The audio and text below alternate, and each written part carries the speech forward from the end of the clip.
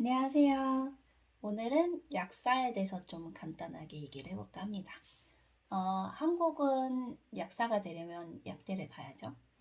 약대가 지금 6년짜리 과정인데, 음, 미국은 조금 다릅니다. 일단 학부를 졸업을 하고, 그 다음에 석사 과정으로 가는 게 대부분인 걸로 알고 있고요. 근데 요즘에는 프로그램도 워낙 다양해져서 뭐 항상 이러하다 저러하다라고 얘기하기는 조금 자신이 없네요. 이제 보통 이제 프리메디컬이라고 얘기를 많이 하는데 이제 프리메디컬도 좀 그렇네요. 프리메디 보통 이제 프리메드, 프리덴트, 뭐 프리파마시 뭐 이런 식으로 많이 얘기를 하는데요. 기본적으로 의료 전문직으로 가기 위해서는 들어야 되는 필수 과목들이 있어요. 가장 기본적으로 되는 거는 이제 General Biology, General Chemistry, Organic Chemistry, General Physics 이렇게 해가지고 네 과목을 듣는데 한 학기에 4학점짜리입니다. 학교마다 이제 4학점으로 해서 이제 수업과 실험을 합쳐서 해놓는 데도 있고 수업을 3학점, 실험을 1학점 해가지고 나눠놓는 데도 있고 학교마다 시스템이 다 달라요. 그렇지만 일단 그거를 하나 하는데 4학점입니다. 요 1, 2를 다 들어야 돼요. 그래서 General Biology 1, General Biology 2를 들으면 1년이 끝납니다. 그래서 보통은 General Biology랑 Chemistry를 같이 듣고 그 다음에 Organic Chemistry 듣고 그 다음에 Physics를 듣거나 아니면 나는 뭐 한 해에 하나씩만 들을 거야 해서 뭐 첫 해에는 바이올로지 듣고 두 번째는 케미스트리 듣고 세 번째 오르게닉 케미스트리 듣고 네 번째 피직스 듣고 이러는 경우도 있어요. 그렇지만 그렇게까지는 잘 안 하고요. 왜냐면 이제 4학년이 되기 전에 어, 대학원을 갈 준비를 끝내야 되기 때문에 그때 이제 시험을 쳐서 이제 다 어플라이를 해야 되거든요. 그래서 시험을 치려면 그 네 과목을 이미 공부를 다 끝냈어야 해서 보통은 3학년이 끝나기 전에 그 네 과목을 다 듣습니다. 이제 거기에 이제 학교마다 어느 학교는 이제 바이오케미스트리 생화학을 좀 요청하는 학교도 있고 학교마다 거의 다 이제 조금씩 다른 부분들이 있지만 요즘에는 거의 다 생화학을 요구를 하는 것 같아요. 그렇지만 전국적으로 어느 학교를 가나 요구하는 건 지금 요 네 과목입니다. 요 네 과목인데, 3시간, 일주일에 3시간 렉처를 듣고요. 그 다음에 실험을 한 타임을 합니다. 근데 한 타임이라는 게 보통 3, 4시간 걸려요. 이제 올게닉 케미스트리 같은 경우에는 좀 실험이 오래 걸려요. 그 실험에서 결과물을 받으려면 막 4, 5시간은 기본이고 어떨 때는 그게 한 번에 안 돼서 파트 1, 파트 2로 나눠서 2주에 걸쳐서 실험을 하기도 합니다. 그러면은 이제 또 시험 전 리포트가 있고 실험 전 리포트가 있고 실험 후 리포트가 있죠. 그래서 사실 이거를 듣는 것만 해도 굉장히 좀 부담이 돼요. 단순히 이제 문과 계열의 그러니까 이과 계열이 아닌 어 그쵸 인문 계열의 학과를 듣는 거는 이게 4학점짜리면 일주일에 4시간을 수업을 듣는다라고 딱 계산이 끝나는데 이제 이과 계열을 듣게 되면은 이제 수학과 같은 경우도 나중에는 랩이 있어요. 랩이 있는데 이과 계열 같은 경우에는 뭐 수업이 4시간이다. 그러면 이렇게 4학점짜리다. 그러면 수업을 3시간 듣고 나머지 1시간을 실험을 하는 게 아니라 3시간에서 4시간 최소 이제 실험을 할 거를 예상을 하고 들어가면 굉장히 많은 시간을 할애를 해야 되는 거죠. 그래서 그렇게 들었는데 그걸로 끝나는 게 아니라 이 학교에 어플라이를 하기 전에, 그러니까 대학원에 지원을 하기 전에 이거를 들은 게 5년이 넘어가면 안 돼요. 이 과목을 마무리한 지 5년이 넘었으면 다시 들어야 돼요. 아무리 점수가 좋았어도 다시 들어야 되는데 그 이유는 어, 이 과학의 지식이라는 게 계속해서 변화하고 있고 계속해서 업데이트가 되고 있기 때문에 5년 이상 된 지식은 이미 헌 지식이다. 더 이상 이제 최신 지식으로 볼 수가 없다고 해서 그 5년이 지난 건 다시 듣게 합니다. 다시 들어야 돼요. 그래서 만약에 내가 이제 1학년 때 바이올로지를 들어놨다. 근데 뭐 어디 인턴십도 하고 좀 몸이 아파서 1년 쉬고 휴학하고 그러느라고 한 2년이 지났어요. 그러면은 내가 의대를 가고 싶거나 치대를 가고 싶거나 뭐 약대를 가고 싶을 때 이거를 다시 들어야 돼요. 그러면 그걸 다시 들으려면 또 1년이 지나잖아요. 그래서 만만한 일이 아닙니다. 아무튼 그래서 이렇게 네 과목을 들어야 되고 요 네 과목을 듣고 나면 시험을 칩니다. 의대를 가려면 MCAT을 치고 치대를 가려면 DAT라는 걸 치고 그 다음에 약대를 가려면 PCAT이라는 걸 칩니다. 요거를 쳐서 요 점수가 나오면 요 점수와 이제 그러니까 학부 내신 성적 그리고 선생님들, 교수님들의 추천서 이런 거를 받아서 원서를 작성해서 원서를 제출을 합니다. 가고 싶은 학교에. 그러면 거기서 이제 입학 허가가 나면 거기를 가는 거예요. 그런데 이게 되게 쉬운 일이 아니에요. 쉬운 일이 아닌 게 한국은 대학을 가는 게 굉장히 어렵잖아요. 미국은 일단 가장 쉬운 게 학부 대학을 들어가는 거예요. 대부분의 학교는 그냥 원서 넣으면 들어갈 수 있어요. 웬만큼 성적이 안 좋은 게 아니고서는 웬만해서는 뭐 원서 쓰면 다 받아줘요. 그런데 졸업이 쉽지 않습니다. 졸업이 여러 가지 이유로 쉽지 않은데 학비도 만만치가 않고 그리고 점수를 이제 내가 원하는 만큼 받아서 졸업을 하는 것도 사실 쉬운 일이 아니죠. 그래서 졸업 자체가 쉽지가 않기 때문에 거기서 많은 사람들이 걸러져요.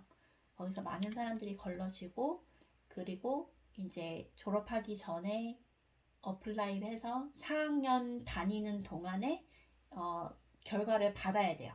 아, 너를 이제 억셉트하기로 했어 라는 결과를 받아야 되는데 보통 이게 9월, 10월 부터 이제 합격 통지가 오기 시작해요. 보통 이 대학원들이 원서 접수 마감일이 8월 말 요쯤이기 때문에 그때까지 이제 원서 접수를 받고 가을부터 늦가을부터 합격이야 라는 이제 합격 통지서를 보내기 시작해요. 근데 무슨 얘기가 있냐면 빨리 지원할수록 이제 합격할 확률이 높아진다. 근데 MCAT을 쳤는데 점수가 안 나왔어요. PCAT을 쳤는데 점수가 안 나왔어요. 그러면은 못 내는 거죠. 그리고 이제 뭐 내가 1, 2, 3학년 때 진짜 열심히 미리미리 땡겨서 필요한 과목도 다 들어놓고 이수 과목도 많고 성적 관리도 잘했다. 그러면 아무런 두려움 없이 나를 예뻐해주는 교수님과 이제 지역사회에서 좀 이제 영향력이 있는 내가 아는 사람에게 추천서를 받아서 바로 내면 되겠지만 그게 아닌 경우에는 최대한 이제 점수를 끌어올려서 보내야 되기 때문에 마지막까지 이제 안 내는 학생들이 있어요. 근데 원서 접수는 사실 봄에 이미 할 수 있거든요. 3학년 봄에 이미 할 수 있기 때문에 그래서 빨리 내는 학생들을 더 빨리 뽑으려고 하는 경향이 있어요. 대학원들도. 그래서 그렇게 어플라이를 해서 대학원에 입학을 하면 이제 대학원을 가서 다닐 수 있지만 문제는 돈이에요. 엄청 비싸요. 굉장히 비쌉니다. 학비가 굉장히 비싸고 그리고 생활비도 사실 굉장히 비싸요. 그래서 어떻게 얘기를 하느냐면 만약에 학비가 3만 불이다. 그렇다고 하면은 생활비는 그거의 2배. 그러니까 6만 불은 잡아야 된다.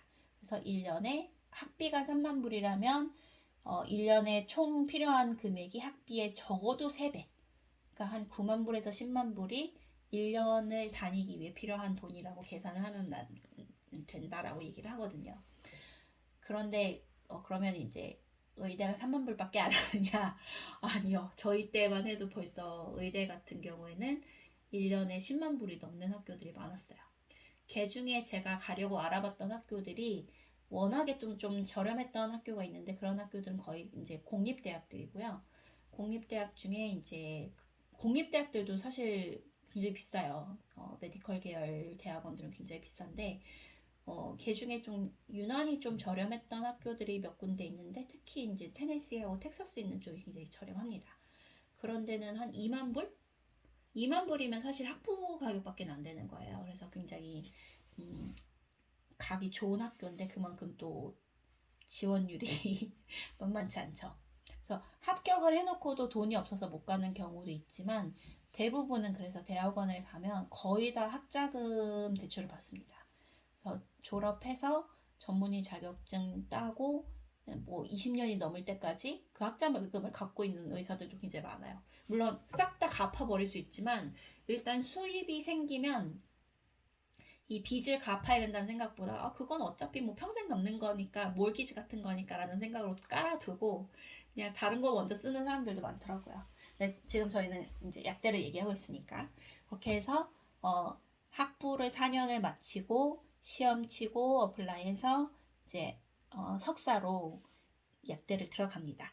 그런데 학교마다 시스템이 좀 달라요. 어떤 학교는 이제 학부에서 2년을 다니고 거기서 이제 시험 치고 어플라이 해가지고 바로 약대 프로그램에 들어가는 경우도 있고 요즘에는 프로그램도 굉장히 다양하게 많이 생겼고 또 미국이라는 나라 자체가 주마다 도시마다 학교마다 다 자기 재량껏 이제 적용할 수 있는 룰을 많이 갖고 있기 때문에 내가 가고 싶은 학교를 직접 알아보고 거기에 맞춰서 하시는 수밖에 없어요.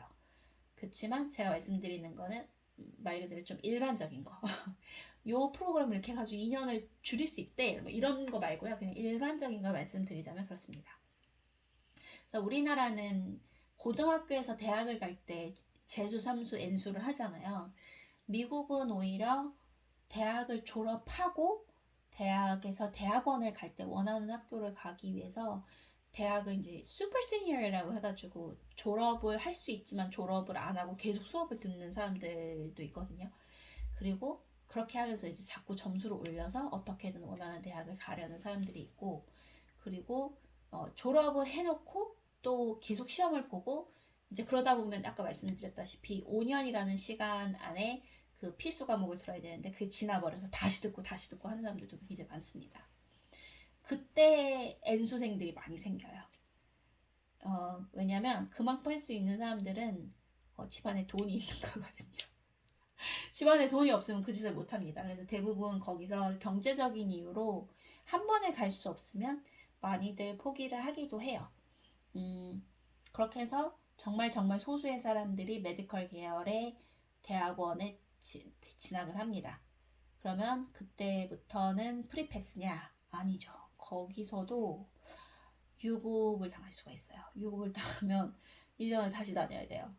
1년을 다시 다녀야 되고 뭐 유급을 2번 이상 당하면 퇴학 처리가 되는 걸로 알고 있습니다. 그래서 그 과정을 다 거치고 이제 또 시험을 보죠. 이제 국가 자격증 시험을 봐야 되잖아요.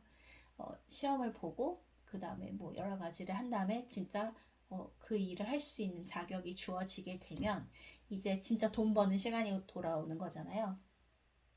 미국에서 이제 약대를 나온 사람들은 크게 세 곳에서 일을 하게 되는데요. 가장 많이 가는 곳이 이제 리테일. 리테일이라고 하면은 우리나라로 말하면 약국이에요. 약국인데 개인 약국이 아니고 문전 약국이라고 생각을 하시면 될 것 같아요. 대형 약국들. 대형 약국 체인에서 일을 하게 되는데 리테일이라고 하는 이 대형 약국 체인들은 월그린, 월마트, CVS 뭐 이런 데요.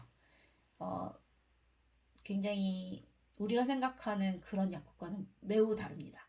그리고 그 다음에 들어갈 수 있는 것들이 이제 종합병원에 있는 약국에서 일을 할 수가 있어요. 저는 이제 환자들이 직접 와서 약을 타가는 건 아니고요. 이제 항암 치료를 하거나 입원해서 치료를 받는 환자들, 그러니까 병원 안에 있는 환자들을 위해서 필요한 약사 인력이 일하는 곳이 이제 병원 내에서 일하는 종합병원 내에서 일하는 약사들입니다. 그 다음에 세 번째로 갈 수 있는 게 제약회사인데요. 그 세 군데가 다 조금 달라요. 이제 대부분의 사람들이 리테일로 가는 거는 절대적으로 리테일에서 이제 채용을 많이 하기 때문도 있고, 그리고 거기가 초봉이 셉니다. 제가 알아본 바로는 거기가 초봉이 센데 보통 10만 불에서 18만 불을 받아요. 1년 연봉을. 이거는 어느 주에서 어느 리테일로 들어가느냐에 따라서 좀 많이 다르지만 그 정도가 된다고 합니다. 그러면 사실 초봉으로 나쁘지 않죠. 그런데 사실 은퇴할 때까지 그게 크게 변하지 않는다고 해요. 그렇지만 이제 제약회사를 들어가게 되면 초봉이 좀 낮더라고요. 초봉이 리테일에서 일할 때보다 좀 더 낮은데 한 5만 불에서 8만 불 정도가 더 낮더라고요.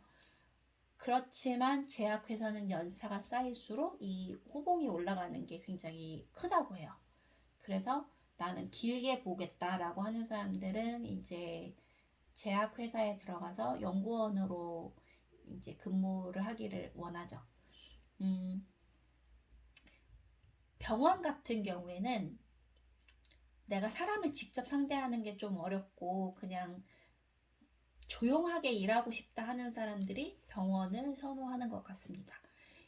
제가 이제 리테일을 얘기할 때 우리가 생각하는 약국과는 굉장히 다르다고 말씀드린 이유가 뭐냐면 우리나라에서는 약국이라는 게 말 그대로 이렇게 길에 나가서 약국이라고 써져 있는 데 가서 약을 사잖아요. 그리고 보통 내가 어느 병원을 갔으면 그 병원 바로 옆에 있는 다른 약국에 가서 처방전을 제시를 하고 거기에 맞는 약을 받아오는 그런 시스템이라면 미국은 그렇지가 않아요. 미국은 개인 약국이라는 게 없습니다.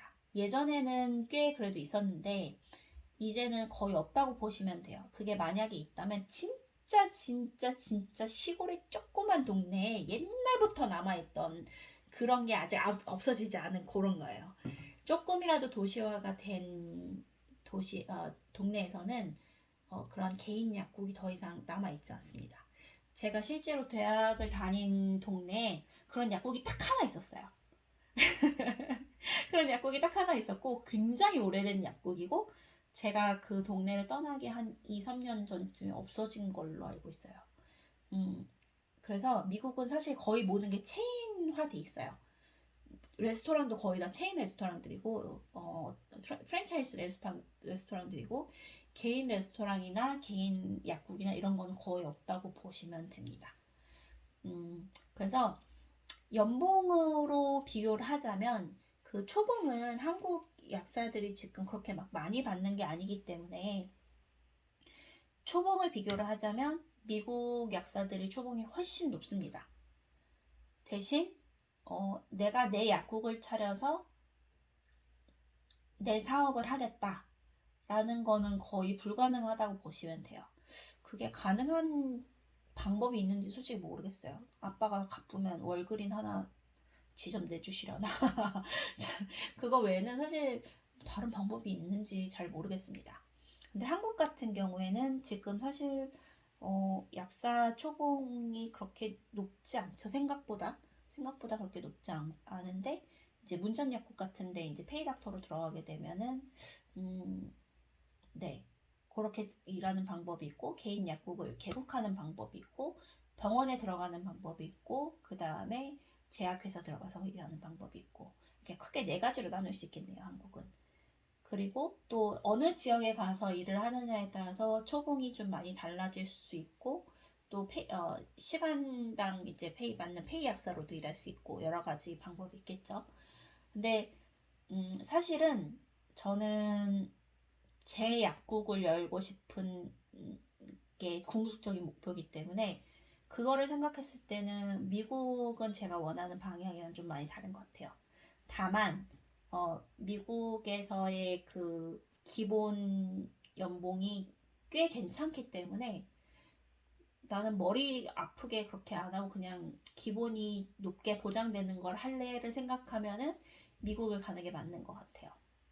그렇지만 일단 그건 아직 먼 나라 남의 나라 얘기라서 네, 그렇게 좀 차이점이 있습니다. 근데 옛날에는 한국도 약사들이 굉장히 돈을 잘 벌었었죠. 뭐 의약 분업이 일어나기 전이랑 그리고 여러 가지 이제 약국이 여기저기 많기 전에는 이제 약국을 하면 기본적으로 이제 보장이 되는 수익이 지금보다는 훨씬 높았었죠.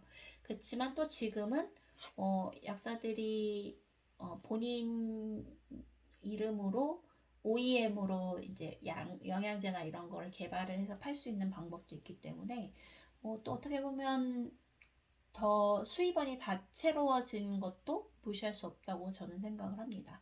사실 이 개인 사업이라는 게 분야 불문 먼저 시작한 사람이 일이 훨씬 쉽잖아요. 지금 우리 사회가 점점 더 정형화되어 가고 뭔가 계층 간의 이동도 어려워지고 이렇게 뭔가 경직된 사회가 되어 가고 있거든요. 근데 그거는 어떻게 보면 어느 한 시스템이 자리를 잡으면 다 자연스럽게 생겨나는 현상이라고 저는 생각을 합니다.